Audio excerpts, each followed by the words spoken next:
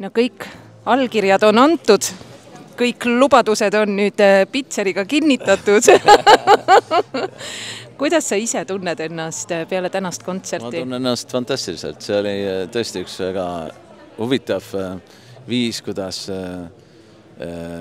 ennast kuidagi panna momenti tegelikult. See on, mida ma tegin.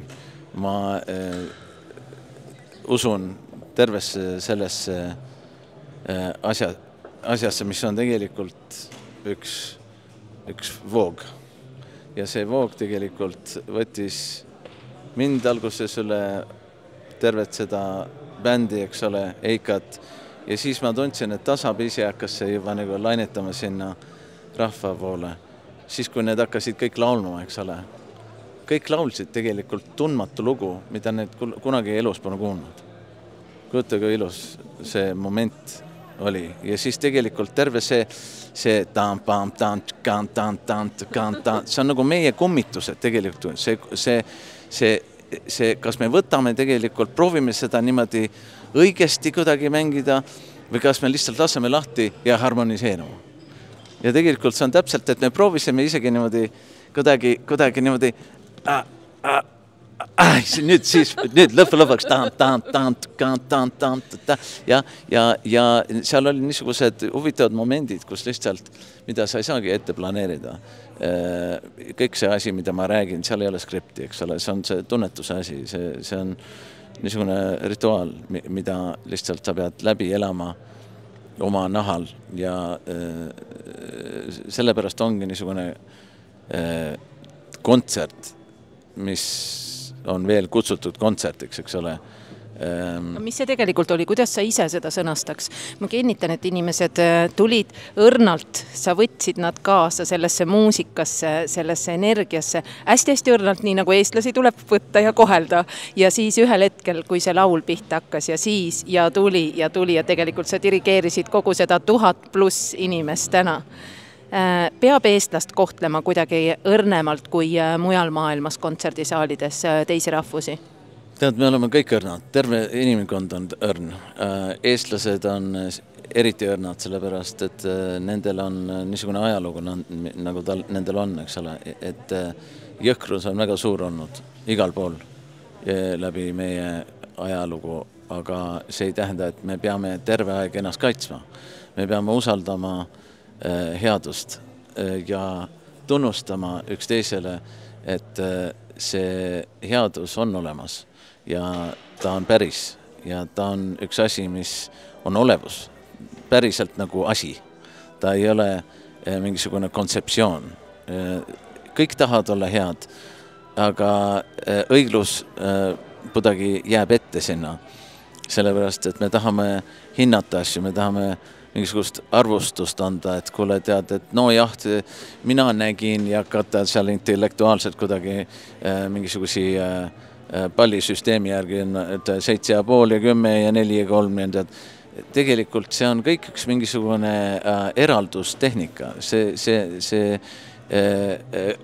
See võistlus, mis on tulnud ellu jäämisest, on siiamaani meile nagu jäänud see peamine tegutsemisviisiks. Me peame sellest tegelikult kõrgemale ennast kujutlema ja põhiliselt see ongi praegu juhtumas. See ärkamine, mis toimub meie rahvas, ma tajun seda. Ja see ei ole ainult niisugune asi, mis toimub siin, see toimub üle maailma. Aga meil on see kõige kergem kokku koondada üheks väeks. Sellepärast, et väikses kohas on see võimalik koondada väeks. Suures kohas on väga raske, sellepärast, et kõik need erinevad arvamused ja traditsioonita need ütleme, juuristik, mis on tegelikult väga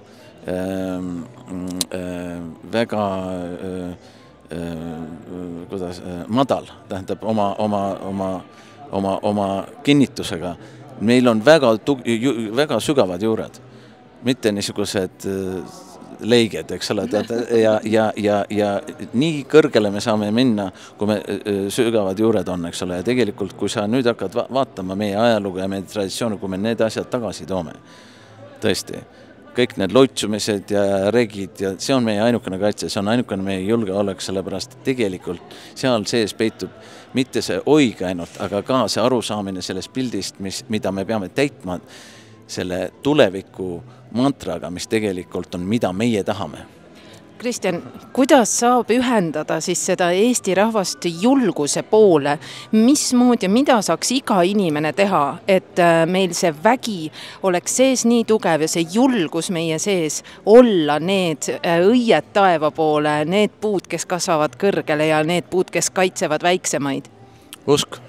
See on usk, mis pärineb usalduses. Ma ütlesin, usaldus on ainukene asi, mida ma küsiks seda rahvaskontserdisaalis anda iseendale ja sealt hakkab üks usk sellesse taipamisesse, mis tegelikult on meie iidne põlisrahva taipamine, millest tulevad need pidevad mantreerimised, aga teidame seda mantrat, eks ole, seda regi mantrat juba helgusega, valgusega, kergusega, kõrgusega, selle rõõmuga ja selle õndsusega, mis tegelikult see laul ja tants, mis tekitas meie rahva ja liitis kokku need hõimud, eks ole, läbi laulupeo. See põld, mis tegelikult enne Eesti Vabariigi oli valmistatud Liidia Koidula selle Greitsvaldi ja kõikide nende tegelaste poolt, eks ole, see pidi olema tehtud. Nüüd me otsime suuremat arusaamist ja taipamist, mis tegelikult on tunne.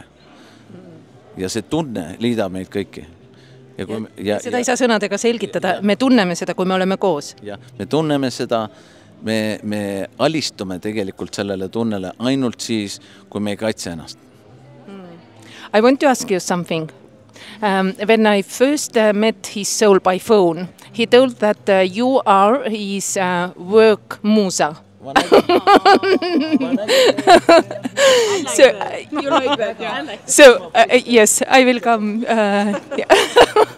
He's not supposed to leave. No, it's okay. He's free soul. I see it. I feel it. How it was today?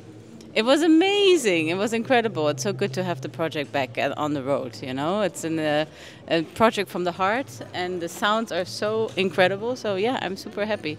I actually was not at all somebody who liked metal, but now Now you like it. now I'm like I probably Same need to here. like it. Yes. So how you describe who is? You work with him like more than 10 years, yeah? 12 years. Yeah. 12 years. We made 12 years, yes. He's this free word soul.